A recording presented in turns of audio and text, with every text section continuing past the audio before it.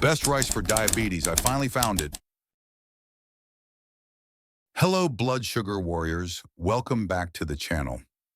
Today, I'm diving into a question I get asked all the time. What's the best rice for people living with diabetes? Rice is a staple for millions, but if you're managing diabetes, it can feel like a minefield. Some rices spike your blood sugar like a rocket, while others are surprisingly gentle. So I decided to find out for myself. Over the past 21 days, I tested 21 different types of rice and rice alternatives, wearing a continuous glucose monitor to track exactly how each one affected my blood sugar. In this video, I'm revealing the most blood sugar-friendly rice. It's right here in this bowl, plus some delicious alternatives and simple hacks to make any rice easier on your glucose levels. I'm not a doctor or a nutritionist, just someone who's lived with diabetes for over 30 years and learned a thing or two about keeping my blood sugar in check. So grab a seat and let's dig in. Here's how we're doing this. I've sorted all 21 rices into 3 bowls based on how they impacted my blood sugar. Red Bull rices that caused a major blood sugar spike, think roller coaster level glucose jumps. Yellow bowl rices with a moderate spike, not terrible, but you need to be mindful. Green bowl rices or alternatives that are blood sugar friendly, causing mild or no spikes at all. Before we start, hit that subscribe button and ring the bell so you don't miss my next diabetes-friendly food experiment. Let's get cooking. Red Bowl, the blood sugar spikers. First up, the classic long grain white rice. This is the go-to rice in households across the Americas and beyond. It's fluffy, versatile, and perfect for stir-fries or casseroles. But how does it treat our blood sugar?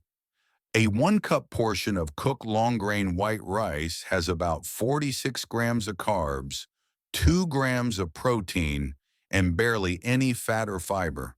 Those are what I call naked carbs. They hit your bloodstream fast because there's nothing to slow them down. When I ate a bowl of this rice, my CGM showed a sharp spike within 30 minutes, way higher than my target range. It was like my glucose was running a sprint, so long grain white rice goes straight to the red bowl. It's not forbidden, but if you love it, keep portions small and pair it with some blood sugar hacks I'll share later. Next, jasmine rice, a favorite in Southeast Asian dishes like curries or fried rice. It's soft, slightly sweet, and smells amazing. But the numbers, not so sweet. A cup has 46 grams of carbs, 3 grams of protein, and almost no fat or fiber. My blood sugar spiked just as fast and high as with white rice, no surprise there. Jasmine rice joins the red bowl. I tried rinsing it to remove starch as some folks suggest, but it made no noticeable difference on my CGM. Sorry, jasmine lovers, this one's a spiker. Now, sushi rice. This sticky, mildly sweet rice is the star of sushi rolls and poke bowls. A cup has a whopping 48 grams of carbs, 4 grams of protein, and 0 fat or fiber. When I ate a bowl plain, my blood sugar shot up faster than any other rice. I tested a true Red Bull champion, and not in a good way. But here's the twist. When I ate sushi with avocado, fatty fish, or cream cheese, the fats slowed the spike, though my glucose stayed elevated longer. If you have type 1 diabetes like me, you might need to tweak your insulin dose for these combo meals. Sushi rice, Red Bull. Let's talk arborio rice, the creamy rice used in risotto. A cup has 47 grams of carbs, 4 grams of protein, and 1 gram of fiber. Sounds like trouble, and it was. My blood sugar climbed fast and high after a bowl-landing arborio in the red bowl. But like sushi, traditional risotto with butter, parmesan, and olive oil adds fat, which slows the spike, but prolongs the elevation. Portion control and insulin timing are key here. Last in the red bowl is glutinous rice, often used in Asian desserts or sticky rice dishes. A cup has 47 grams of carbs, 3 grams of protein, and minimal fiber. My CGM showed a steep spike similar to sushi rice. It's delicious but a blood sugar bully, so it's Red Bull material. If you're craving it, go for a tiny portion and balance it with other foods. Yellow bowl, the moderate movers. Now let's move to the yellow bowl, where things get friendlier. First up, brown rice, also called whole grain rice. It's chewier and nuttier than white rice, often used in healthy bowls or salads. A cup has 41 grams of carbs, 5 grams of protein, 4 grams of fiber, and 3 grams of fat. That fiber and protein slow carb absorption, so my blood sugar rose more gradually and didn't peak as high as white rice. Brown rice is a solid yellow bowl choice. You can enjoy a moderate portion with proper insulin timing. Next, wild rice, which isn't technically rice, but seeds from an aquatic grass. It's nutty, chewy, and nutrient-packed. A cup has 42 grams of carbs, 6 grams of protein, and 4 grams of fiber. My glucose rose moderately after eating it, much less than white rice. Wild rice lands in the yellow bowl, but check labels. Some wild rice blends are mostly white rice with less fiber. Go for high-fiber, high-protein versions. Black rice, sometimes called forbidden rice, is up next. It's sticky, earthy, and rich in antioxidants. A cup has 42 grams of carbs, 3 grams of fiber, 5 grams of protein, and healthy unsaturated fats. My blood sugar rose gradually, peaking higher than I'd like, but not dramatically. Black rice goes to the yellow bowl, a better choice than white rice, especially with its nutrient profile. Red rice is similar to black rice, but firmer and less sticky. A cup has 47 grams of carbs, 4 grams of protein, 3 grams of fat, and 2 grams of fiber. My CGM showed a moderate spike, a bit higher than black rice, but lower than white rice. Red rice earns a spot in the yellow bowl. I eat it occasionally, watching my portion and insulin. Parboiled rice is a new one for this list. It's partially boiled in its husk, retaining more nutrients than white rice. A cup has 43 grams of carbs, 4 grams of protein, and 2 grams of fiber.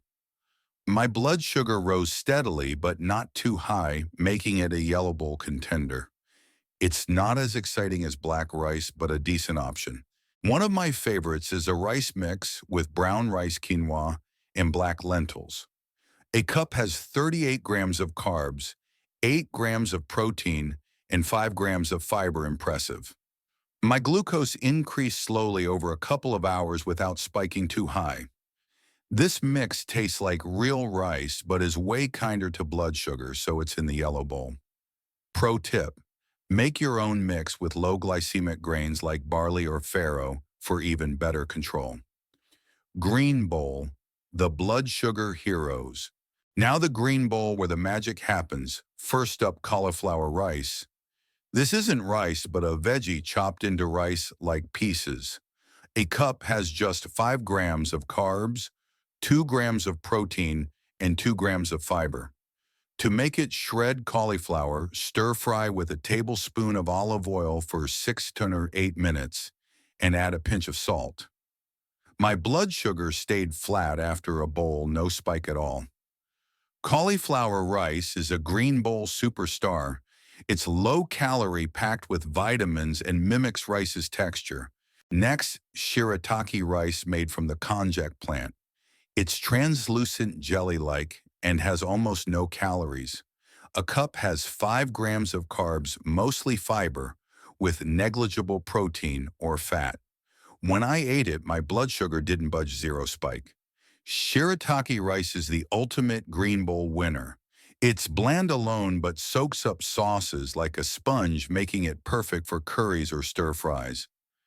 Rinse it well before cooking to remove the slight odor. A new addition to the green bowl is broccoli rice, similar to cauliflower rice, but made from broccoli. A cup has 6 grams of carbs, 3 grams of protein, and 3 grams of fiber.